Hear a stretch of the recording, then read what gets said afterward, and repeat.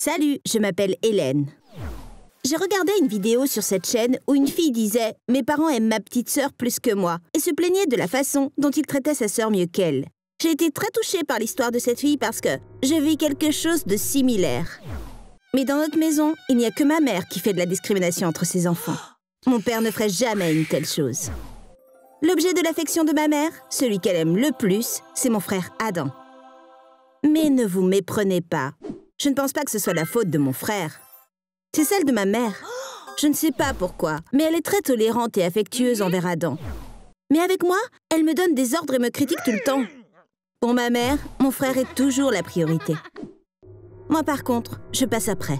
Par exemple, ça, c'est l'ancien téléphone de mon frère. C'est celui que j'utilise actuellement. J'ai presque fini le lycée, mais mes parents ne m'ont toujours pas acheté de nouveaux téléphones. Ils m'ont toujours donné un de leurs anciens téléphones.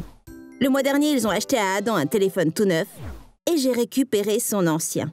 Même s'il a 5 ans de moins que moi, c'est moi qui reçois les objets de seconde main. Normalement, c'est censé être l'inverse, donc je suppose que ça fait de moi une exception. Comme je l'ai dit au début, mon père nous aime vraiment, mon frère et moi. Il ne nous traite pas différemment. Mais il travaille beaucoup et n'a pas trop de temps libre. C'est donc ma mère qui est chargée de choisir tous nos cadeaux. Je vais dresser la liste de tous les cadeaux que ma mère nous a récemment offerts. Vous pourrez ainsi mieux comprendre ce que je vis. 1. Un ordinateur portable pour mon frère, un micro de karaoké pour moi. Oui, un micro de karaoké. Quand je lui ai demandé « Pourquoi tu m'as acheté ça ?», ma mère m'a répondu « Tu chantes toujours pour toi-même dans ta chambre. » C'est pour ça que j'ai pensé que ça te plairait. 2. Un super vélo pour Adam. Un livre sur Albert Einstein pour moi. L'explication de ma mère est que j'adore lire. Oui, j'adore lire. Mais vous ne trouvez pas ça injuste que mon frère ait un vélo et moi un livre? Et enfin, un smartphone super cher pour mon frère et une bougie parfumée à la cannelle pour moi. Je répète, un smartphone pour mon frère, une bougie pour moi. J'ai été choquée quand on a ouvert nos cadeaux. Mon visage était rouge de colère quand j'ai dit « Maman, c'est une blague !» Ma mère a fait semblant d'être vraiment surprise et a dit avec colère « Hélène, tu adores la cannelle. Ta chambre sentira super bon. » Ah, tu exagères. Tu n'es jamais satisfaite. Je ne peux rien dire, même si je suis toujours traitée injustement. Pourquoi? Parce que ma mère pense qu'elle peut me marcher sur les pieds, juste parce que c'est ma mère.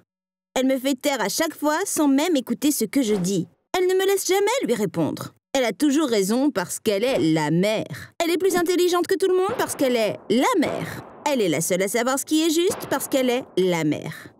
Je peux vous donner 1000 exemples d'elle nous traitant différemment. Par exemple, elle pense qu'Adam est doué dans tous les domaines possibles et bien sûr, elle l'encourage tout le temps. Mon frère regarde quelques vidéos d'échecs sur YouTube, alors ma mère sort et lui achète un joli jeu d'échecs. Ou bien il voit son ami jouer de la guitare et en veut une aussi, alors elle lui en achète une tout de suite. Ce qui se passe à chaque fois, c'est qu'Adam les oublie au bout de quelques jours et passe à autre chose. Et pourtant, ma mère continue de lui acheter de plus en plus de choses. Mais quand il s'agit de moi, elle fait exactement tout le contraire. Depuis que je suis petite, j'adore dessiner. Je pense que je suis même plutôt douée. Pendant un moment, je m'intéressais à la peinture à l'huile. Je regardais des tutoriels de peinture à l'huile sur YouTube toute la journée, l'un après l'autre. Même si je demandais sans cesse à ma mère de m'acheter du matériel, elle ne l'a jamais fait. J'ai donc économisé mon argent de poche et j'en ai commandé.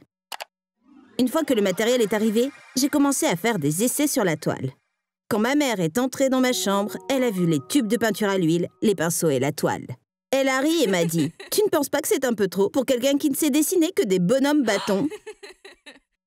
Ok, je sais que je ne suis pas Frida Kahlo. Mais vous ne trouvez pas que c'est tout simplement méchant de dire ça à sa fille? Elle me traite ainsi depuis si longtemps que je me demandais si toutes les mères étaient comme ça. Et j'exagère à peine. Mais mes amies ont des relations assez normales avec leur mère. Elles s'entendent très bien. Certaines sont même amies avec leur mère. Ma mère, par contre, me critique tout le temps. Mes hobbies, mes vêtements, les séries que je regarde, ce que je mange. Elle critique toujours tout ce que je fais, littéralement tout. Elle me surveille tout le temps. C'est comme si elle voulait absolument trouver de quoi me critiquer. Vous savez ce qui est le pire? Je pense que ma mère se comporte de cette façon à cause de la discrimination de genre. Ça veut dire qu'elle n'aime pas plus mon frère parce qu'il est plus jeune, mais parce que c'est un garçon. Je peux aussi vous donner des exemples de ça. Par exemple, même si je veux vraiment aller à l'université, mes parents n'ont pas l'intention de m'y envoyer. Mais même si mon frère n'a que 12 ans, on sait déjà qu'il étudiera à l'université, le génie chimique. Vous savez pourquoi? Car mon père possède une entreprise qui produit des ustensiles de cuisine en plastique. Ma mère veut qu'Adam étudie le génie chimique pour qu'il puisse diriger l'entreprise plus tard. Vous voyez donc que ma mère prépare mon frère à reprendre l'entreprise familiale à terme. Et elle ne pense pas que je pourrais le faire. Parce que ma mère pense qu'une usine ne peut être dirigée que par un homme, c'est-à-dire mon frère.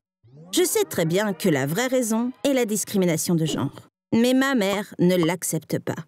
Une fois, quand on parlait de l'université, elle a dit « Chérie, malheureusement, je ne suis pas sûre que tu réussirais à l'université. » J'ai demandé « Maman, pourquoi tu dis ça ?»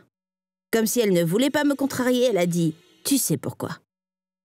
De quoi tu parles? J'ai insisté. Et elle a répondu « Tu as oublié le test ?» J'étais tellement choquée quand elle m'a dit ça. Quand j'avais 13 ans et qu'Adam en avait 8, ma tante, qui est psychologue, nous a fait passer un test de QI. C'était un simple test fait pour les enfants. Je ne pensais pas qu'il fallait le prendre au sérieux. Les résultats du test disaient que mon QI était de 105 et celui de mon frère de 115.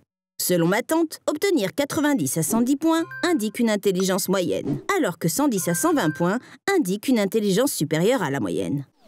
D'après ce simple test, ma mère a conclu que je n'obtiendrais pas de bons résultats à l'université. Selon elle, seul mon frère pourrait aller à l'université, parce qu'il a une intelligence supérieure à la normale.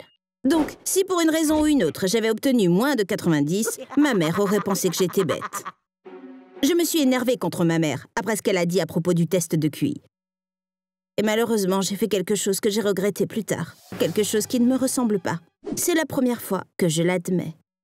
Je suis allée aux toilettes et j'ai pensé à ma mère disant « Tu ne pourras pas aller à l'université parce que tu n'es pas aussi intelligente que ton frère. » Ça m'a vraiment blessée qu'elle puisse penser ça. J'ai commencé à pleurer.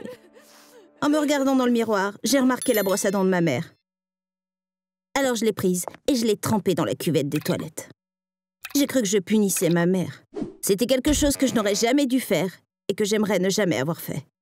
Ma mère s'est probablement brossé les dents avec cette brosse à dents ce soir-là. Après m'être couchée, j'ai profondément regretté ce que j'avais fait.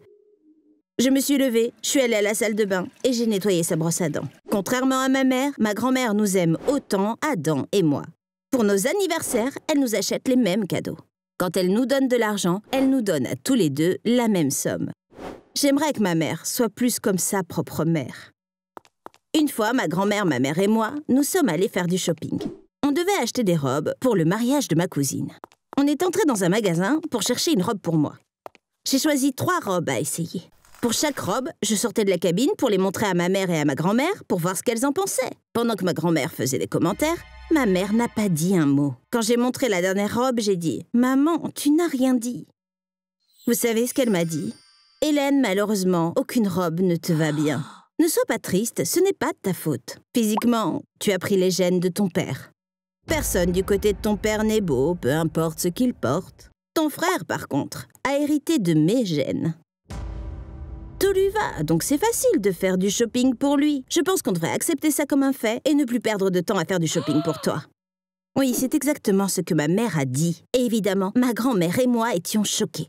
En essayant de cacher sa colère, ma grand-mère a dit « Pourquoi es-tu si méchante? Hélène est une très jolie jeune fille. Elle est très belle, peu importe ce qu'elle met. Tu dois avoir un problème aux yeux. » Puis elle s'est tournée vers moi et m'a dit « Ma Hélène chérie, les 3 robes te vont très bien. On les prend toutes.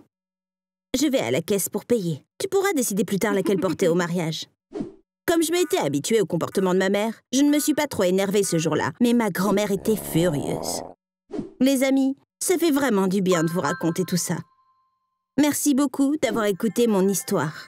C'est vraiment injuste que les parents favorisent un enfant plutôt qu'un autre. Je suis sûre que certains d'entre vous vivent une situation similaire. En écrivant votre expérience, vous vous sentirez beaucoup mieux. J'attends vos commentaires. À bientôt!